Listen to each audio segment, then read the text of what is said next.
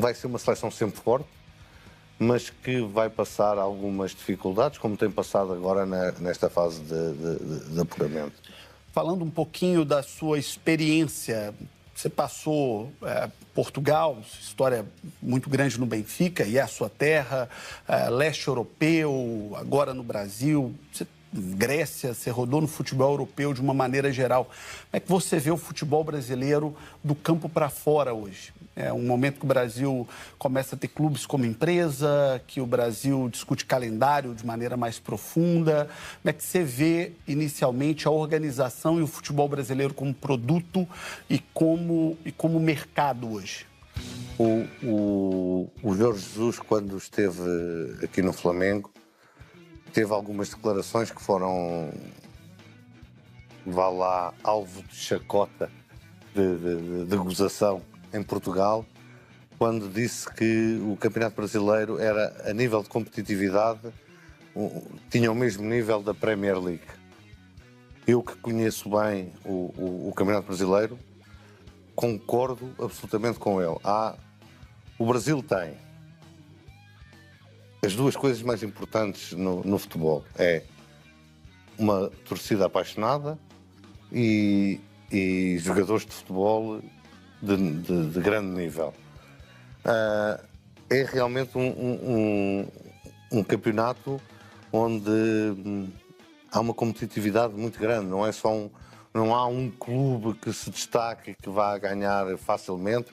Há sempre uma luta 3, 4, 5 e isso é emocionante. Aquilo que eu acho que falta ao Brasil para realmente ter uma penetração na Europa grande, porque em Portugal já tem muito por via do Jorge Jesus e dos técnicos portugueses. É um campeonato que é seguido e é transmitido na televisão portuguesa, mas para chegar a outros patamares é cuidar um bocadinho do produto. E quando eu digo cuidar um bocadinho do produto é ser jogado em relevados melhores, não ser jogado em sintéticos, porque isso tira qualidade ao jogo, tira qualidade ao produto de televisão. Já estou a entrar numa área que tu sabes melhor que eu, mas tira qualidade ao produto que se vende. Eu penso que cuidando do produto futebol brasileiro, ele é extremamente vendável para a Europa. Para fechar, você disse no início do programa que a prioridade do Flamengo é o brasileiro. O Flamengo tem que entrar para ganhar tudo, para brigar por tudo, mas tem uma prioridade clara, que é o Campeonato Brasileiro. O torcedor brasileiro ele é aficionado pela Copa Libertadores e esse ano o Flamengo tem um Mundial de Clubes. Como é que o Flamengo pretende trabalhar esse calendário para lidar com isso tudo? Como lhe disse, o Flamengo, por tradição, por história, pelo elenco que temos, pela ambição que temos, vai entrar em tudo para ganhar. Se tiver que fazer uma escolha em determinado momento, essa escolha passa pelo Brasileirão, pelo Campeonato Brasileiro. Porque é uma competição mais importante, é uma competição que abre outras portas e por ser algo em maratona é mais fácil de controlar do que algo que é eliminar com todas as vicissitudes que isso tem de jogos a eliminar. Não é tão fácil o controle, não é? Mas a Libertadores, que é a Champions aqui é sempre, até porque historicamente nos últimos anos o Flamengo também as ganhou por 2 vezes ou 3 vezes neste último período. Faz parte também dos nossos planos estarmos a lutar por isso durante esta temporada. E esse Super Mundial nos Estados Unidos tem condição de algum time sul-americano competir, disputar contra forças europeias como Real Madrid, como Manchester City? Tem alguma condição da gente imaginar alguma coisa? Aí eu acho que posso fazer aqui uma chamada à realidade, não só do torcedor do Flamengo, mas também do torcedor brasileiro. O nível do futebol a esses patamares das grandes equipas das Big Five ligas europeias é uma realidade completamente diferente. São elencos de altíssimo nível, são equipas habituadas a jogar muitos jogos também a níveis de intensidade elevadíssimos e às vezes acho que seria um pouco fanfarrão da minha parte dizer não, agora vamos jogar com o Real Madrid, vamos ganhar, vamos jogar com o Chelsea. Não, essas equipas temos que ser realistas, estão num patamar diferente de competitividade. A grande questão é, para os times da América do Sul, vamos estar em plena competição a meio das nossas temporadas. Um voo de cruzeiro. E eles vão estar ou em final de temporada ou em princípio de temporada. A grande questão que eu me ponho a mim, e sem nunca ter falado com ninguém sobre isso, mas ponho-me a mim, se eu estivesse no lugar desses times europeus, que têm uma decisão muito forte a fazer, que é ou não dão férias aos jogadores e seguem do final da temporada para o Mundial, com todos os riscos que isso acarreta na temporada seguinte, ou dão férias e vêm para o Mundial fazer pré-temporada. Que me parece a mim, sem nenhum insider information, que é isso que eles vão fazer. E aí pode dar uma equilibrada, né? Exatamente. Vão usar o Mundial, o Super Mundial, como uma parte da pré-temporada. E isso vai dar uma equilibrada entre os times da América do Sul e essas potências europeias. Seja muito competitiva. Hoje em dia também os valores que se pagam aqui são bastante interessantes e capazes de cativar jogadores da Europa, principalmente em ligas menores ou de menor dimensão financeira, como é o caso também da Liga Portuguesa, tirando os três grandes. Ou seja, é capaz de ser uma tendência para continuar. Ou seja, mais facilmente poderá haver um jogador português dos seus 25 anos que provavelmente pode optar por um clube ou de média dimensão, ou até daqueles 6, 7 que lutam pelo título, do que, por exemplo, ir para um clube de média dimensão de França ou então de campeonatos ainda mais periféricos. Ou seja, onde é que se situa eu esta penso vida? que para as 5 grandes ligas, não diria, não é? Porque, sei lá, estou a pensar, porque conheço também a mentalidade do jogador português, se for para um clube das cinco grandes da Europa, não sei se viria para o Brasil, por isso. Agora, entre, sei lá, jogares num Estrasburgo e jogares no Flamengo, eu acho que o jogador português escolheria o Flamengo. Então agora deixe-me armar em jornalista brasileiro e perguntar diretamente. Ela contratava algum português agora? Não? Até contratava alguns, mas esses são aqueles que ainda não vêm para aqui. São aqueles que já estão no Benfica, no Sporting, no Porto, ainda não têm. Ou seja, a Liga Brasileira não tem essa capacidade de penetração nos três grandes portugueses. Mas o facto de terem regressado também alguns jogadores brasileiros de super nomeada à Liga, aqui no Flamengo, o Danilo, o Neymar no Santos, o Coutinho está no Vasco, isso também faz, porque esses jogadores tiveram toda a sua carreira na Europa, também faz com que haja referências, sei lá, se tu falares com um jogador europeu que jogou com o Danilo, vai-lhe perguntar como é que é jogar no Flamengo, como é que são as condições, como é que é, e isso vai trazer, está aqui também o Depay, não é? No Corinthians, eu acho que isso vai atrair mais jogadores europeus para a Liga aqui no Brasil. Uhum. Há pouco falava do Jesus e até da forma como o futebol foi mudando. Gostava de ver o Jesus como selecionador. Eu gostava. Eu não sou brasileiro, não tenho sentimento. Aliás, nós portugueses temos selecionadores que não são portugueses. Mas acho que também, se tiver que ser um treinador estrangeiro, ou é algum nome daqueles incontestáveis, como sei lá, um Ancelotti, um Guardiola ou o Jesus. Isto é o meu feeling, sem qualquer tipo de... Ainda pegando nisso, e há pouco quando falávamos da competitividade do Campeonato Brasileiro, uh, um campeão brasileiro era campeão em Portugal? Ora, vou dizer porque não gosto dessas coisas e muitas vezes até soar ridículo algumas coisas. Diria que, por exemplo, este Flamengo lutava pelo título em Portugal. Este que está a construir. Este Flamengo, que até nem é construído por mim, a maior parte dele, mas este Flamengo onde eu estou hoje lutava pelo título em Portugal. Um Com este Palmeiras treinador, Palmeiras do com Abel este, também?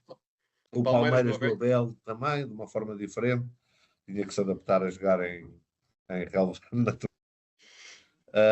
Mas eu acho que estas duas, três equipas lutariam pelo título em Portugal, lutariam em outros países, não andariam, até porque depois há uma questão de ritmo de jogo e isso que depois tu ganhas quando jogas na Europa, não é? Mas lutariam pelos primeiros lugares em muitas das ligas europeias. E o vice-versa também. Um Benfica, Sim, um Benfica, um sim. Sporting Isso é lutava para ser uma campeão. ideia que muitas vezes até aqui a mídia não tem, de achar que o Benfica, ou não sei o quê, o Benfica, um Porto, não digo estes agora, não, mas o melhor Benfica, o melhor Sporting, o melhor Porto lutariam aqui pelo título, isso eu não tenho dúvidas nenhuma. Para que vais, Jane? Como jogador, como atleta, jogador de seleção brasileira, de Copa do Mundo, de grandes equipes do futebol europeu, mas como treinador é muito jovem. Queria que você nos dissesse da sua impressão inicial desses primeiros dias de trabalho com o Filipe Luiz e qual a sua avaliação do potencial dele até a longo prazo para o futebol brasileiro. O Filipe tem uma característica, para mim, é fundamental para se ser um treinador de alto nível, que todos eles que chegaram a esse alto nível têm.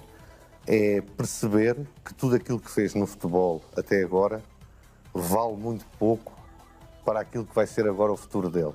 Ou seja, isto quer dizer que o facto de ter sido um jogador de alto nível ajuda, como é óbvio, mas não é decisivo.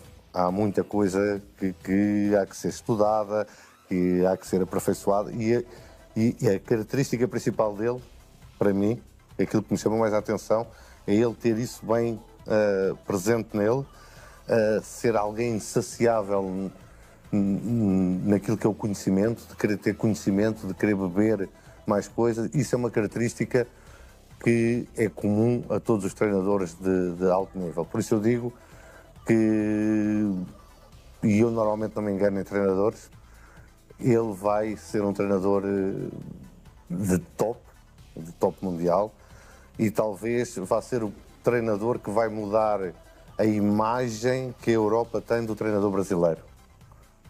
Acho que vai ser ele. Queria muito falar desse assunto com você.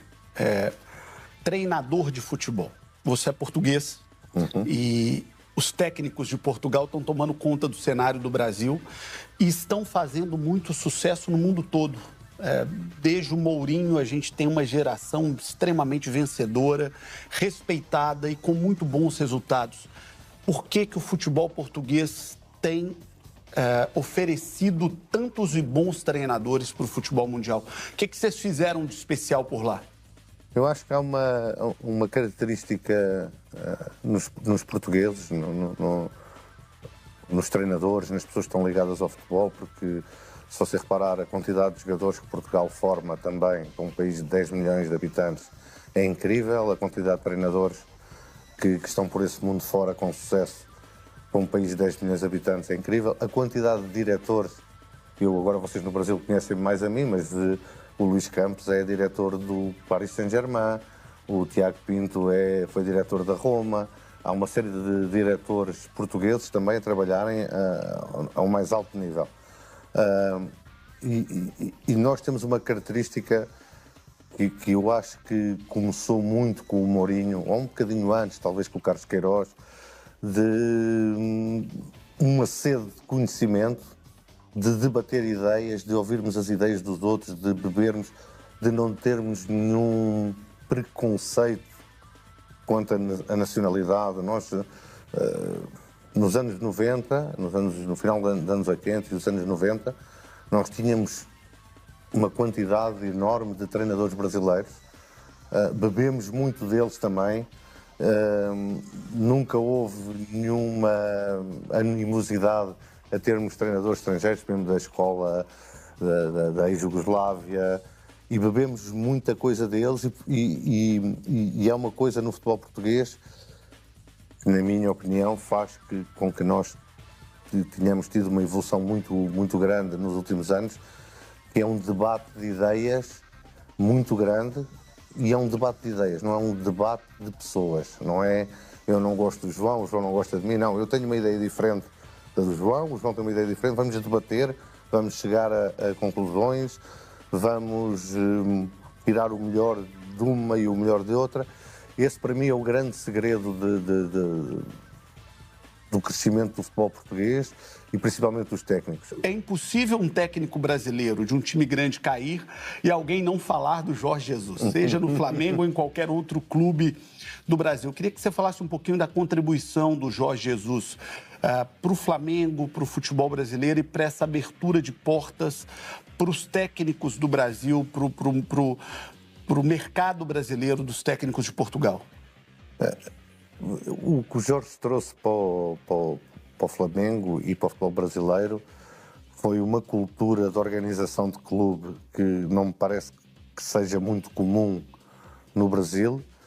Foi depois, dentro do campo, algum rigor tático que eu também não vejo, ou pelo menos não via quando assistia muito a jogos aqui no Brasil.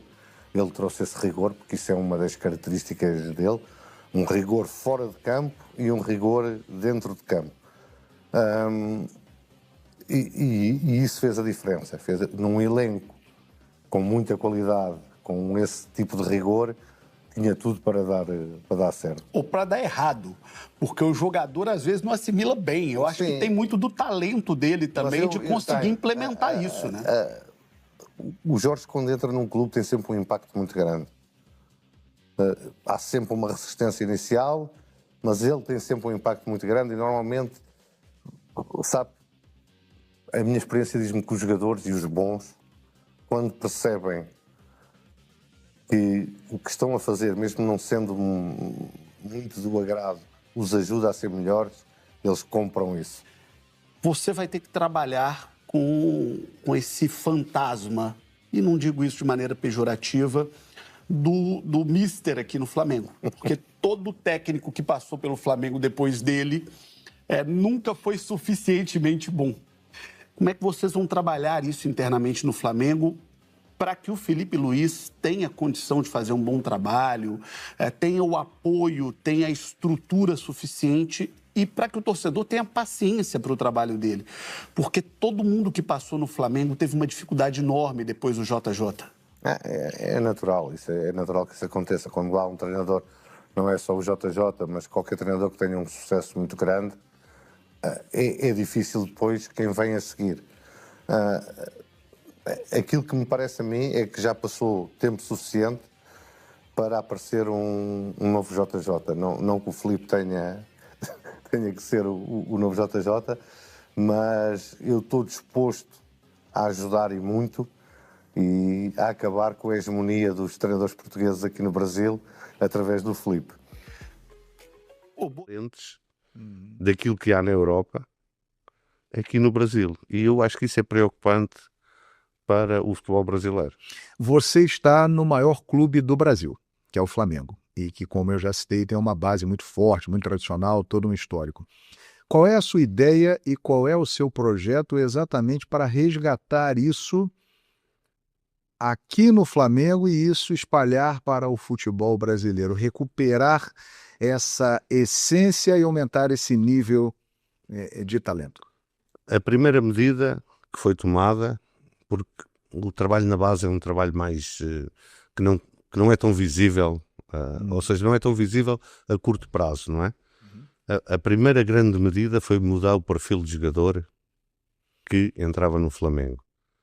Ou seja, havia aqui até do ponto de vista, depois daquilo que nos servia aqui para o profissional, havia um desfazamento muito grande entre aquilo que eram as ideias do Filipe, neste caso, mas que eu acho que é o DNA do Flamengo, jogador técnico, jogador bom, rápido, que gosta de ter a bola, para aquilo que havia na base, que é um jogador mais físico, um jogador mais maturado, que realmente às vezes até nos ganha campeonatos, mas depois não tem progressão para a equipa sénior, nem para melhor, e essa medida para mim era essencial, mudar o perfil do jogador que vamos buscar para estar aqui na base. Teve uma cena recente, numa visita anterior aqui ao Ninho do Urubu, quando nós conversamos com o Danilo, aqui mesmo nessa sala, e num dos corredores aqui eu encontrei com o Carlos Noval, né, que é um dos diretores aqui da base do Flamengo. E eu fui cumprimentá-lo. Parabéns pelo título, né, da Libertadores Sub-20, Flamengo bicampeão.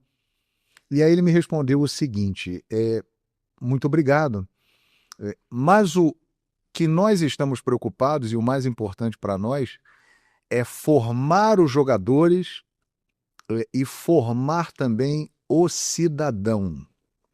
O título é importante, mas isso é mais importante para nós. Aquilo ficou na minha cabeça. Eu achei uma mensagem muito interessante. Os títulos são sempre importantes, não é? Mas não podem,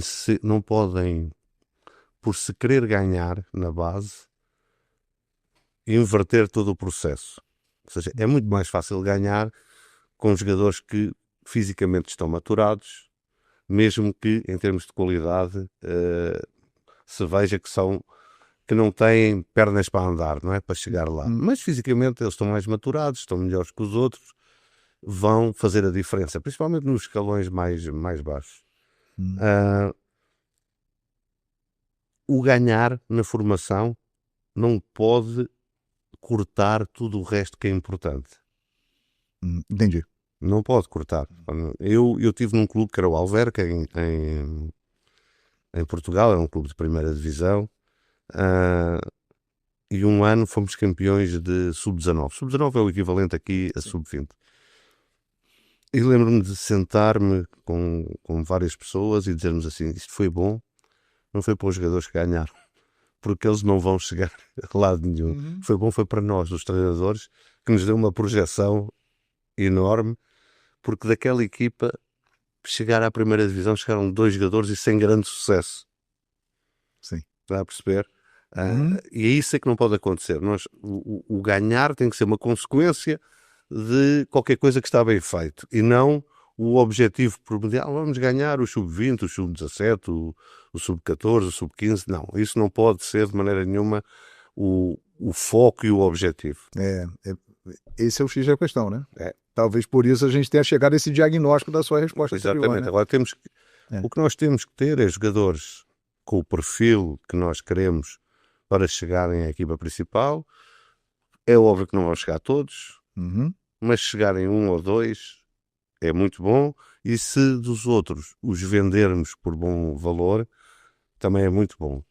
Agora não podemos chegar, não termos ninguém, ou os jogadores que chegam não têm o perfil indicado, e isso passa-se muito, esse diagnóstico é fácil de fazer, passa-se muito porque havia uma sede muito grande de ganhar títulos na base. Sim. E na minha ideia, esse nunca pode ser o caminho. E a ideia muito interessante, acaba de chegar um técnico português aqui para o Sub-20, né, o Nuno. A ideia muito interessante de implementar um estilo de jogo desde a primeira categoria até o profissional. Gostaria que você falasse sobre isso, por favor. De certeza estão mais preparados para falar disso do que eu, mas o que me lembro do Flamengo, aquela equipa campeã do mundo, era um jogo técnico, um jogo dominante, protagonista, e é isso que nós estamos a resgatar. Hoje olhamos para o Flamengo do Filipe e é uma equipa que quer sempre ter a bola, quer propor o jogo, não especula nada, Porque esse é o DNA, é isso que as pessoas querem, é isso que as pessoas estão no Maracanã, vibram, é com esse tipo de jogo. E os jogadores na base têm que ser habituados a jogar assim. Não faz sentido nenhum para eu ganhar um título qualquer de sub qualquer coisa, jogar com a equipa toda fechada atrás, não é? Com 2 jogadores muito rápidos na frente e jogar em contra-ataque, porque isso não é o DNA do Flamengo. Os jogadores que são habituados a jogar assim, depois vão ter dificuldades em jogar da maneira que nós queremos jogar no profissional.